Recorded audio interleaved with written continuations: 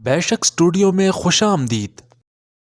سر میں اگر خشکی کا مسئلہ ہو تو منہ پر کیل مہاسے نکلنے شروع ہو جاتے ہیں، لیکن اب پریشان ہونے کی کوئی ضرورت نہیں۔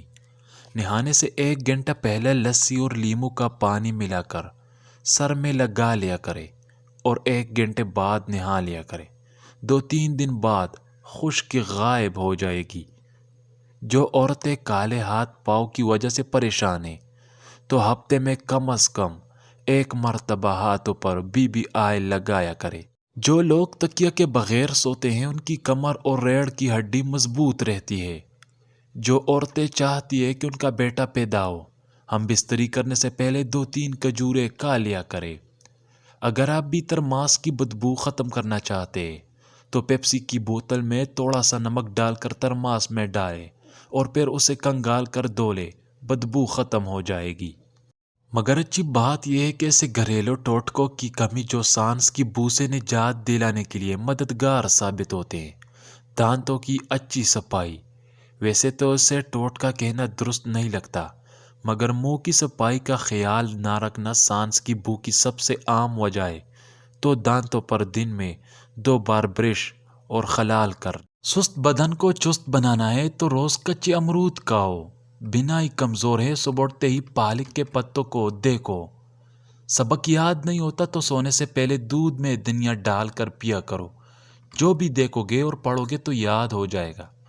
کم سنائی دیتا ہے تو رات کو کان میں انگلی پر ناریل کا تیل لگا کر پیر زیادہ سنائی دینے لگے گا۔ جن لوگوں کا وزن زیادہ ہو تو ناشتے میں اچار کا استعمال کیا کرے، وزن کم ہو جائے گا۔ اگر ہونٹوں کو گلابی کرنا ہو تو روزانہ نمک اور ویزلین ملا کر ہونٹوں پر لگایا کرو، ہونٹ گلابی گلابی ہو جائے گی۔ گلاب کارک اور آلو کا رس ملا کر آنکھوں پر لگانے سے آنکھوں کے سیاہ حلقے ختم ہو جاتے ہیں۔ اس سے محفوظ رکھتا ہے۔ زبان پر بھی بیکٹیریا جمع ہو سکتے ہیں جس سے سانس میں بدبو پیدا ہو جاتی ہے، تو اس کی صفائی کا خیال رکھنا بھی ضروری ہے۔ انناس کا جوس، انناس کے جوس کا 1 گلاس پینے یا اس پھل کے ٹکڑے کو چبانے سے بھی سانس کی بو سے نجات میں مدد مل سکتی ہے۔ پانی، منہ خشک ہونا بھی سانس کی بو کی بڑی وجہ ہے، کیونکہ لعاب دہن منہ کی صفائی میں اہم کردار ادا کرتا ہے، جس کی کمی سے بیکٹیریا کی مقدار بڑھتی ہے۔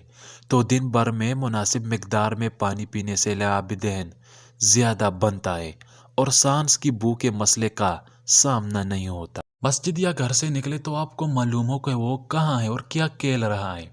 بچے کو نئی کارٹون یا فلم دکھانے سے پہلے خود دیکھ لے۔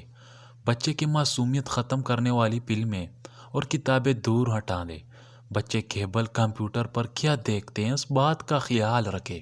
صبح سورج نکلنے تک سونے سے، درخت کے نیچے پیشاب کرنے سے، رشتہ داروں سے بدسلوکی کرنا، اگر تم چاہتی ہو کہ تمہاری نیک اولاد ہو، خاوند سے ہمیشہ رزق حلال کا تقاضا کرنا، اگر تم چاہتی ہو تمہاری زندگی اچھی گزرے، ہمیشہ صدقہ کرتی رہنا۔ جماع کرنے کے بعد پیدل چلنا اور 6 گھنٹے بعد سونا چاہیے، اس سے مرد کی طاقت دوبارہ بناتی ہے۔ جماع کے بعد کبھی بھی پانی نہیں پینا چاہیے، اس سے نفس کی رگیں کمزور پڑ جاتی ہے اور نفس ڈھیلا ہو جاتا ہے۔ آدمی کو شہد چاٹ کر جماع کرنا چاہیے، اس طرح منی گاڑھی ہوتی ہے جس سے عمل ٹھہرنے میں مدد ملتی ہے۔